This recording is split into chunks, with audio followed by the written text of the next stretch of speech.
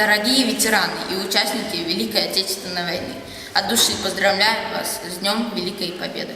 Дорогие ветераны, спасибо за победу. Мы родились, когда война осталась в прошлом. Победе нашей не 1 десяток лет.